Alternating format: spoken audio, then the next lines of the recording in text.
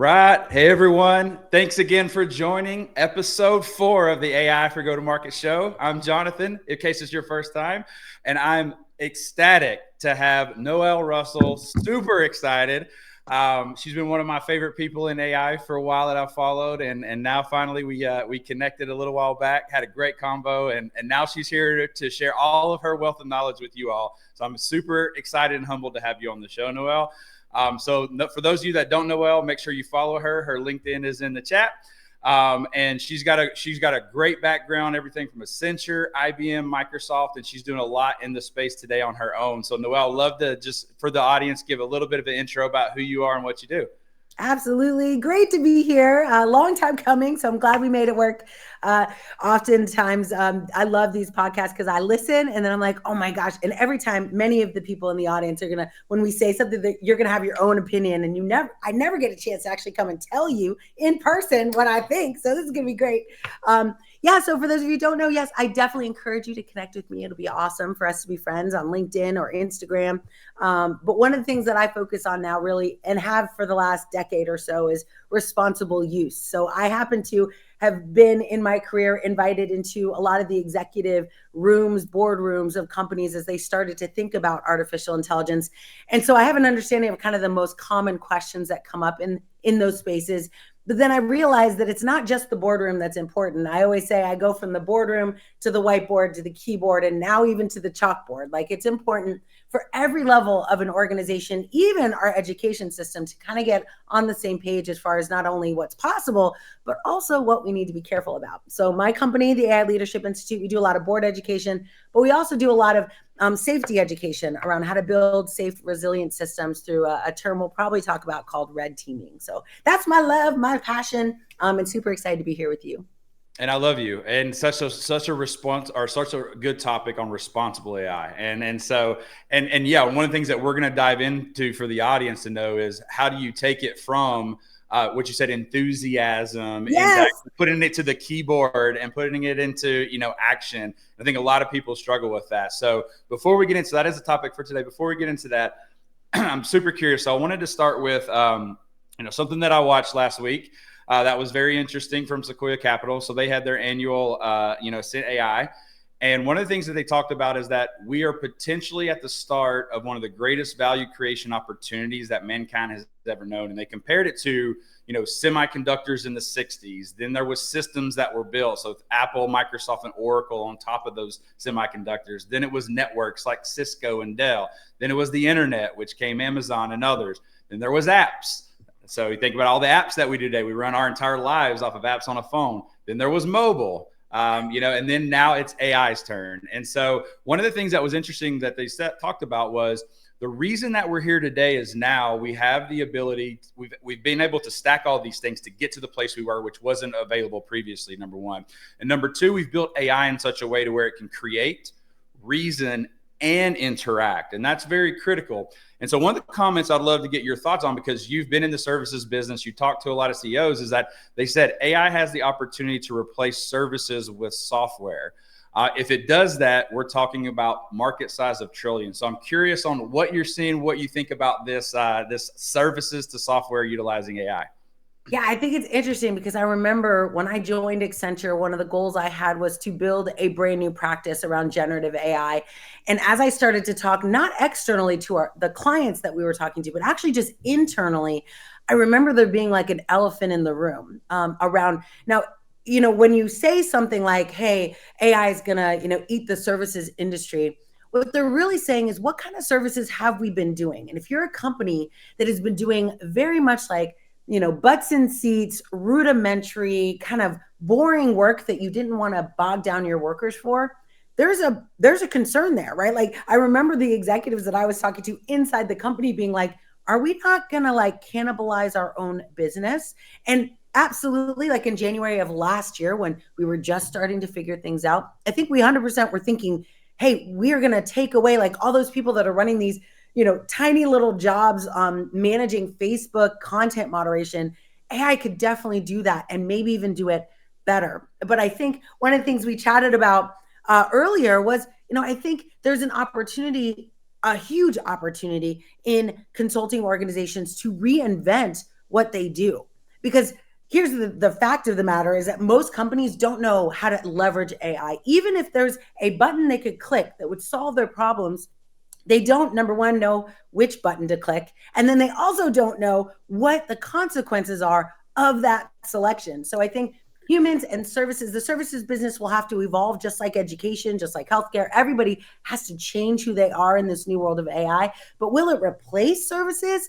I can't see that happening. There's not a single customer I talk to that doesn't value the human part of the services industry, and I don't see that going away anytime soon. I agree, and one of the concepts that we've talked about on the show before, and I think is relevant too, is there's the ability to augment, and I gave you a couple examples, and you have plenty of and the business that I'm in with healthcare, we're helping radiologists with AI not miss be able to see better reads, not miss stuff. Same thing with revenue cycle management, and I think there's something to be said for augmenting humans, but then also I think there's something to be said for elevating humans, because ultimately we're better at doing creative, strategic, critical thinking more so than mundane tasks across just repeat, recycle, repeat. And so I think this is really the opportunity that allows us to elevate ourselves and get more time to do the things that we're actually better at.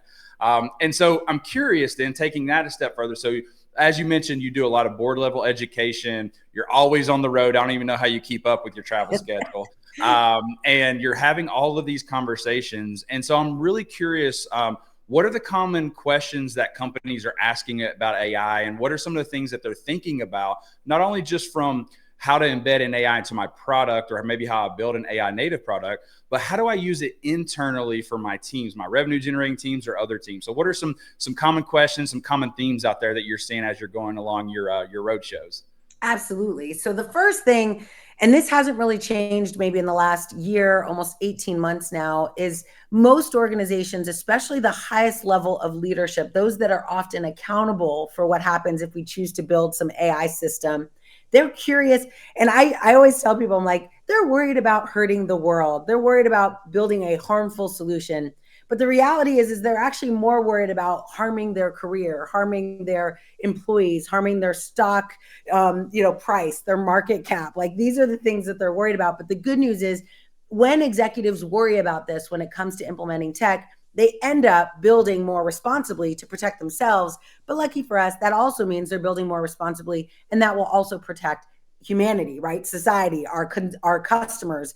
And I think the number one question people have is like, how do I just do this safely? How do I make sure I build a model or build a chatbot that doesn't lie? I'm sure you probably remember, we always have our ear kind of to the railroad tracks, listening to the market. And there was recently an airline, right, that was super overzealous maybe in getting a feature of their chatbot out into the market. It was LLM generated, but in their excitement, they maybe didn't do as much testing as they could have, and they ended up having a bot that dynamically generated new refund policies on behalf of their customers. And if you're a stockholder, you're like, ouch, wait a second, what are we doing right now? So I think a lot of us, as you were saying at the beginning, my passion is going from enthusiasm, which you can tell I'm one of those people. I'm super enthusiastic, but from enthusiasm to execution, from playground to production. And I think part of those questions really are around that idea of like, how do we make sure we don't, in our excitement, accidentally hurt someone, or worse, potentially worse, hurt our business, our employees, our company. Absolutely. And so funny story there too. So there was, and I think you, if those of you that have seen this on social, but it kind of had a little viral moment. There was a Chevrolet dealership that just thought that they could just throw Chat GPT on their website. And someone literally live was going through threads and basically negotiated with it to sell like a Tahoe or a Silverado for $1. For $1, I remember. For $1. Isn't that crazy? And so you're exactly right. I think we are very enthusiastic. And I definitely want to dive into that topic with you. We're very enthusiastic. And I think there's a lot of hype around it. There's a lot of enthusiasm. And I think for good reason. There's so many things that this is going to help us with and be able to solve for us. But ultimately, doing it responsibly and doing it the right way, because you can have some very negative effects if you're not really testing it, QAing it, all those things. And so one of the things that we've recommended and talked about was to determine like what are the workflows, what are the things that you want to use it, and do it internally first. Do it internally and all these things. So I'm curious, you mentioned about going from playground to production or from enthusiasm to execution. So give us some examples of ways that you've seen this transpire, whether it's with inside of, ways that you've done it in your past, or what you're seeing with some of the boardrooms or the other companies that you're discussing and having these conversations with. Yeah, absolutely. One of the things, so that in alignment with kind of the questions I get all the time, many times organizations through the vehicle of enthusiasm ask their company, their employees, hey, what do you think we should use this for? Or they create a way of triaging use cases in their company, and they will end up with hundreds of these use cases. And so when I get into the room, they're often like, okay, we've got 900 use cases. Which one do we start with? And I have kind of created a bit of a rubric, a step-by-step process. And it's a little different, I think, than most people are used to, but it leads to successful deployments, production deployments. And this is why I use it. The first thing that we do is we evaluate the core values of the organization.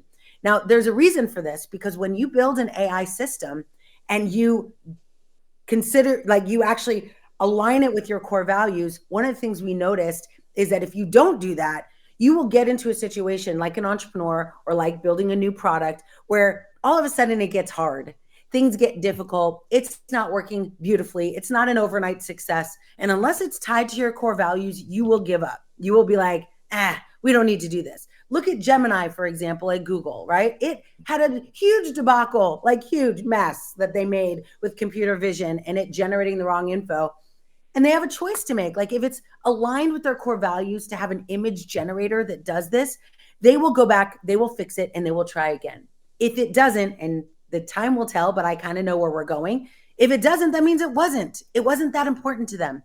And when you build an AI model, like, that's a $10 million investment that they just made in Gemini, that they're like, we'll just turn it off for a minute and we'll come back to it later. If it's tied to your core values, you will fight the good fight. You will stick with it till the end. And that's what it takes. Like, AI is not something you can just build and fire off and forget about, right? Like, you are going to own it, care for it. It's kind of like having a baby, having a kid, except it never grows up. It doesn't even really become a good adolescent with any independent features whatsoever. Like, you are going to have to care and feed for it forever. So that's the core values piece. The second piece is risk. And most companies do not do they do not have a good process for evaluating risk when it comes to AI. But that needs to be part of your process of choosing what use cases to go after. You should know what's important to you as a business, and then what is risky to you as a business. And now you've dwindled it down, usually into less than 100 use cases, when you've said, this is what we care about as a company, and here's what we think is risky. To your point earlier, often risk is hurting our brand, hurting our revenue. So we're not going to do anything customer facing. All of our use cases will have to be internally facing, which means a bunch of those use cases will fall away. And then that last little bit is, I always say, what's hard to do? Don't go after the boil the ocean, change the world use cases. Start small. Start with something that is useful, delightful, remarkable for your users, for your employees, for inside your company, and then build from there. Most companies die a slow death on the hill of AI because they pick something that's way too ambitious, way too big, and they have no way to measure success. And then 6 months later, they're starting over anyway. So I just say, find something that aligns with your core value, that's as little risk as you can possibly take, and find out if the use case is easy. And those projects almost always succeed. 98%, we'll say. Yeah, that's great. That's great. And I'd love to hear a few examples of this too. And I'll give you one that we're actively working on. We actually so this week I've been in Chicago, and we had our QBR, we had our executive leadership meeting, and one of the things that we found, we already knew this, but it's kind of like coming to light even more, is we're using the analogy that we over support and underserve our customers. And the reason for that is because we unfortunately have designed too much of people oriented things and different functions.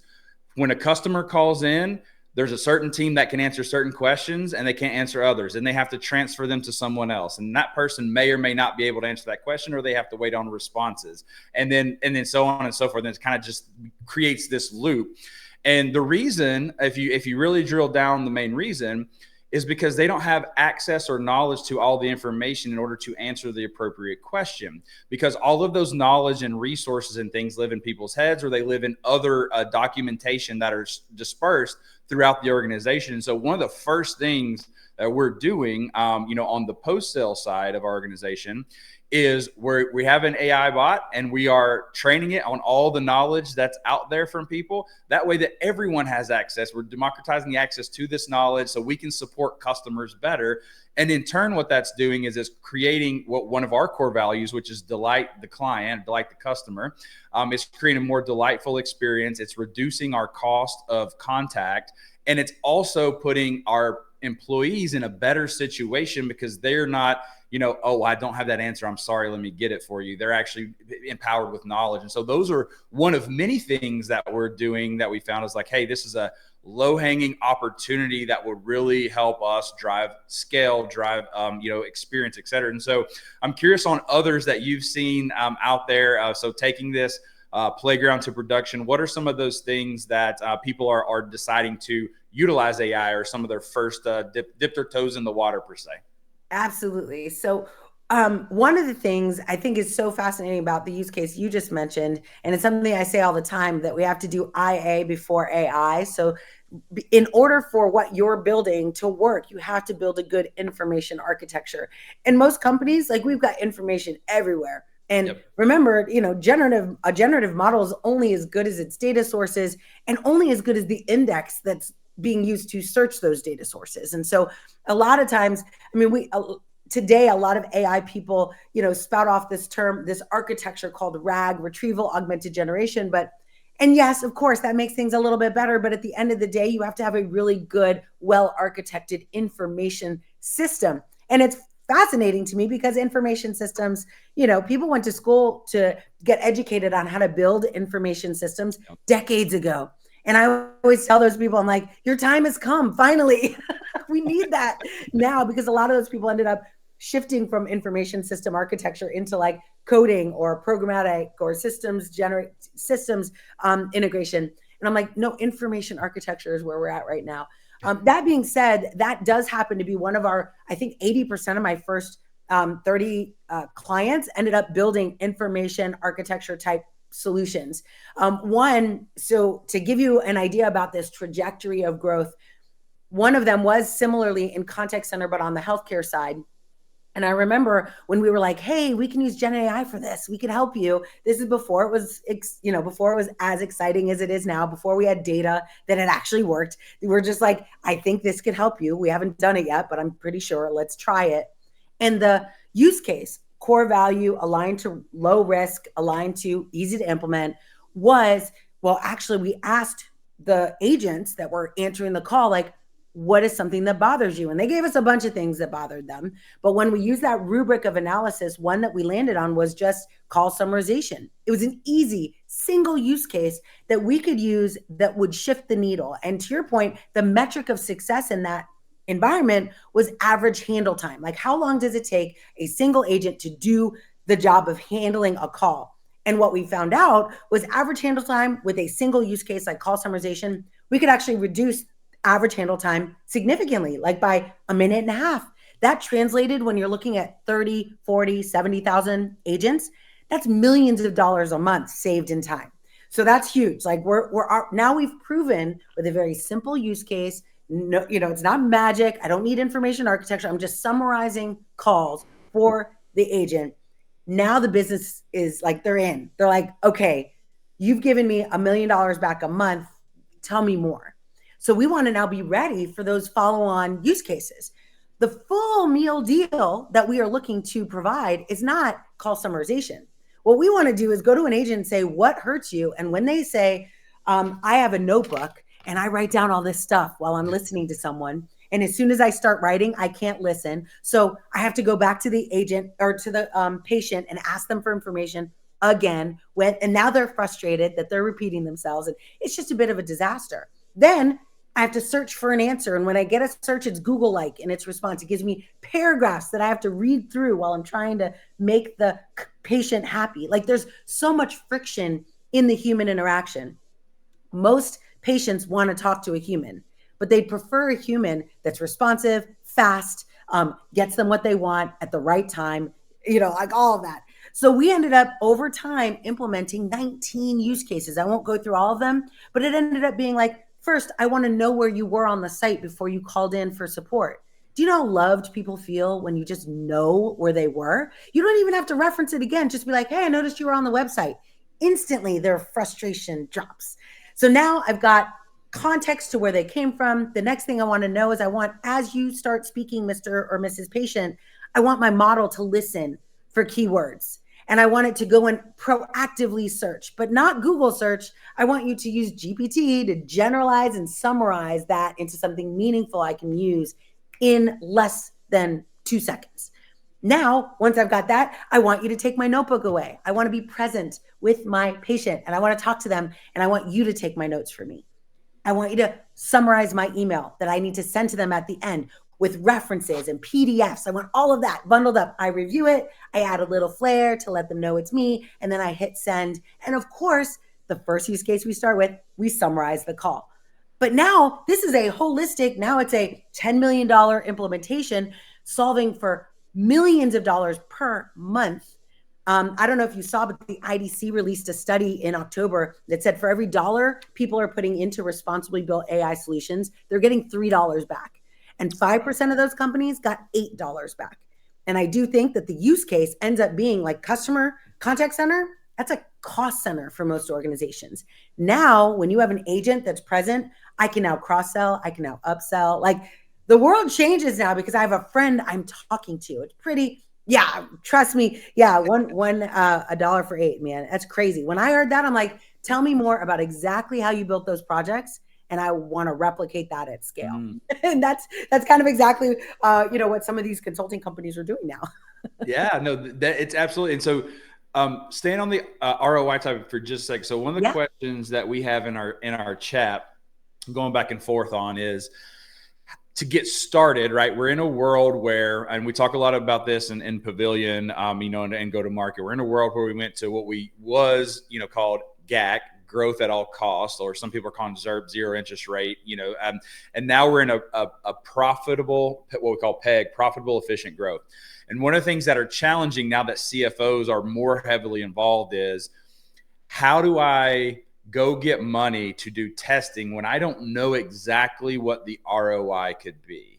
And so that's a problem that marketing teams are struggling with, sales teams are struggling with, success teams are struggling with. So it would be good if you have any insights or any things that you've seen that could provide some advice on, how do I approach my CFO? If I'm a VP of sales, say, or whoever, a VP in whatever function, doesn't matter. How do I approach them to say, I'm not really sure of the ROI. I have a study that says I can get a 3-to-1 or 8-to-1, but how do I think about approaching them with saying, I want to test this. I do think there's extreme benefit that we could scale. Any advice or thoughts for the audience on how to do that? And how to so I think it actually aligns a little bit with that rubric that I mentioned. But the first thing, when we do that core value analysis with organizations, we also, for that value that you're trying to get, we put a number on it. So like in contact center, before you even start, how much you're spending a month. So to build a summarization, right, you don't need a huge investment. As a matter of fact, you could probably do it, which is what we did at the beginning. We did it in spare time, learning hours with a team that just wanted to get involved in this tech. And there are lots of ways to reward employees for doing this work. And there are a lot of employees in the company that are already playing around with generative at home. So you can lock into that and say, hey, we remember I talked about going from the boardroom to the whiteboard to the keyboard. Well, the keyboard part is often a hackathon. And in this hackathon, you do things like give away 3/4 zips and you give stickers and little, stuffed tigers and whatever. But you create this environment that allows people to bring active use cases that they want. That, again, you set up the guardrails around, hey, if you're going to build this, you need to find a core value that we care about, align it with a business problem, and have a metric that you're going to be able to demonstrate success against. And now you're showing versus telling. So you use that. I've done this dozens of times over the last 2 years, where we go in and we build 17 projects. We even engaged the executive team to judge the hackathon. But the winner gets 50K to build their little project to PO, we call it MR, like a minimum remarkable product, MRP. So you got a chance to take your small idea that's now built out because you spent 2 days or maybe a week. At NPR, we called it serendipity days, because when you call it a hackathon, non-tech people freak out a little bit. They're like, well, I'm not a hacker. I don't know what that is. So just call it whatever you want, but make it an environment where people come together and build for fun.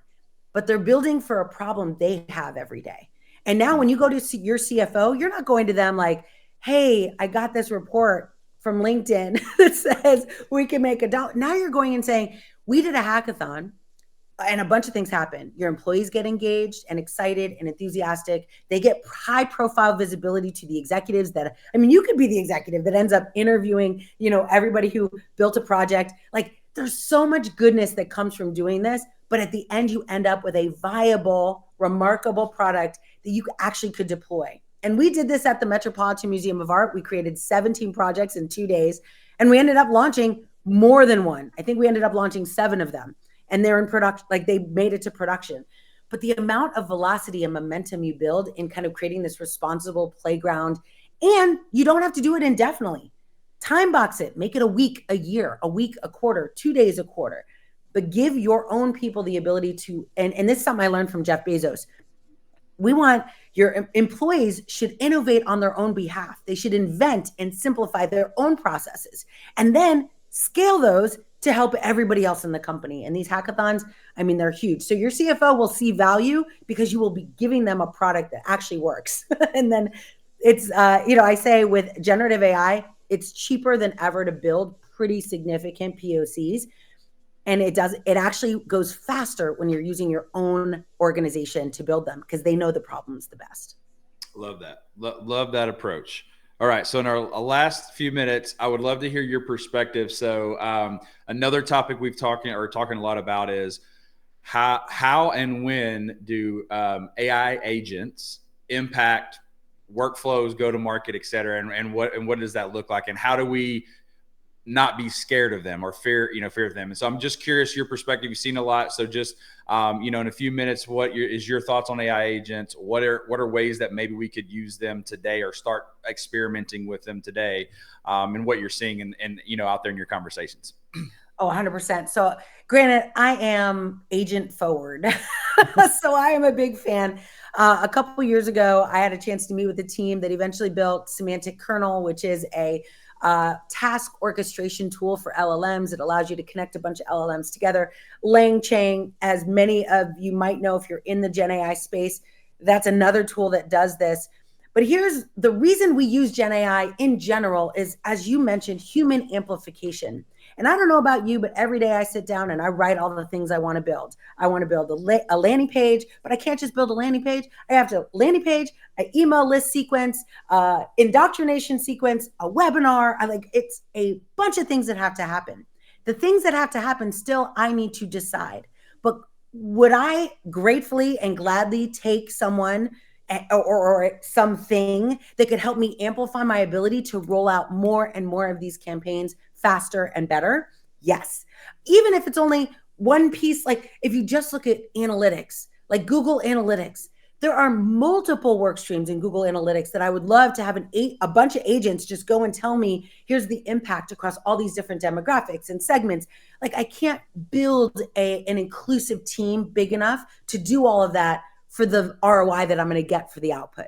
But can I build a bunch of agents to do that?